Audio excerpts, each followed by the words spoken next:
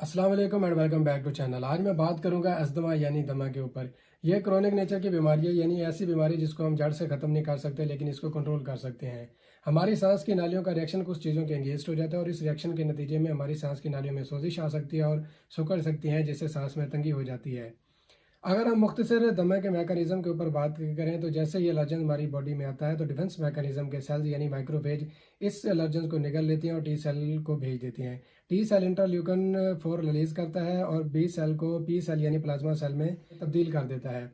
Plasma cell antibody यानी IgE antibodies बनाते हैं और आईजीई एंटीबॉडी मास सेल के ऊपर जाके अटैच हो जाती है। अब दोबारा जब ऐसे इंसान का एक्सपोजर किसी एलर्जन के साथ होता है तो एलर्जन डायरेक्ट आके आईजीई के ऊपर अटैक करता है और इनको आपस में मिला देता है, जिससे मास सेल हिस्टामिन रिलीज करते हैं। ये हिस्टामिन ब्लड स्ट्रीम के थ्रू हमारे लंग्स के ऊपर अटैक करती है और वेजो कंस्ट्रिक्शन करा देती है, यानी सांस की नालियाँ सिकुड़ जाती हैं और सांस की तंगी होती है और अस्थमा हो जाता है। अगर हम इसकी अलामात की बात करें तो दो ऐसी स्पेसिफिक अलामात हैं जिसको देख के हम ये अंदाज़ा लगा सकते हैं कि ये इंसान या ये पेशेंट अस्थमा का शिकार है। सबसे पहले नंबर पे खांसी। खांसी की बहुत बहुत सी वजूहत हो सकती हैं, लेकिन जो खांसी अस्थमा के पेशेंट को होती है वो एक स्पेसिफिक एपिसोडिक नेचर की होती है। यानी अगर उस पेशेंट को मंडे को खांसी होगी तो ट्यूसडे को नहीं होगी, फिर वेडनेसडे को होगी और थर्सडे को नहीं होगी, या कम्प्लीटली एक हफ्ता मुसलसल खांसी रहेगी और एक हफ्ता खांसी नहीं रहेगी। और दूसरे नंबर के ऊपर अगर बात करें तो जब भी ऐसा पेशेंट सांस लेता है तो उसकी सांस साथ वीजिंग साउंड यानी ऐसा साउंड या सीटी जैसा साउंड आता है। उसके अलावा चेस्ट टाइटनेस हो सकती है, यानी पेशेंट चेस्ट में जकड़ाव महसूस कर सकता है और इसके साथ ब्रीदिंग डिफ़िकल्टी यानी सांस में तंगी भी हो सकती है। हम इसकी वजूहत की बात करें तो exact cause of asthma is unknown, लेकिन केमिकल एजेंट, डस्ट पार्टिकल्स और परफ्यूम हमारी एयरवेज को इरिटेट करते हैं, जिससे अस्थमा हो सकता है। इसके अलावा एयर पोल्यूशन, जो लोग ऐसी जगहों पर रहते हैं जहाँ एयर पोल्यूशन ज़्यादा है तो ऐसे लोगों में अस्थमा होने के चांसेस ज़्यादा हैं। जेनेटिक्स भी अस्थमा के होने में बहुत एक अहम किरदार अदा करते हैं। फैमिली टू फैमिली भी अस्थमा हो सकता है। इसके अलावा स्मोकिंग अस्थमा की एक बहुत अहम वजह है। जो स्मोकिंग करते हैं उनमें अस्थमा होने के चांसेस दूसरे लोगों की निस्बत ज़्यादा होते हैं। मैं बात करूँगा ट्रिगर के ऊपर।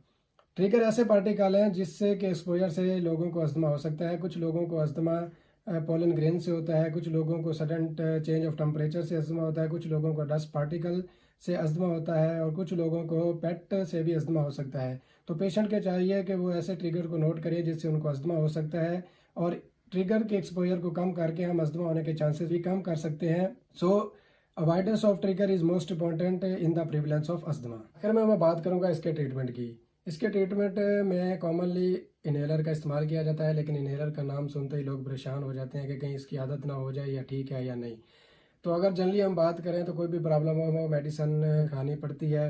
अगर किसी को डायबिटीज़ या हाइपरटेंशन है तो वो भी डेली बेस पे टैबलेट का इस्तेमाल करते हैं, लेकिन लोग इन्हेलर का नाम सुनते ही परेशान हो जाते हैं। इन्हेलर सिर्फ हमारी बॉडी में मेडिसिन को पहुंचाने का एक ज़रिया है और इससे मेडिसिन बहुत ही कम मिकदार यानी माइक्रोग्राम में बॉडी के अंदर दाखिल होती है और किसी और ऑर्गन में भी नहीं जाती, जिससे इसके साइड इफ़ेक्ट भी मिनिमाइज हो सकते हैं। तो इन्हेलर का इस्तेमाल ख़तरनाक नहीं है, इससे घबराने की कोई ज़रूरत नहीं है। और इसके साथ मैं इस बात को भी ज़रूर ऐड करूँगा कि अगर कोई स्मोकर अस्थमा को फेस कर रहा है, अस्थमा के कंट्रोल के लिए उसको स्मोकिंग छोड़ना होगी, स्मोकिंग बंद करना होगी, क्योंकि स्मोकिंग के साथ अस्थमा को कंट्रोल करना इम्पॉसिबल है। ये वीडियो में इतना ही। अगर आपको वीडियो अच्छी लगी हो तो like, share, subscribe. See you next time.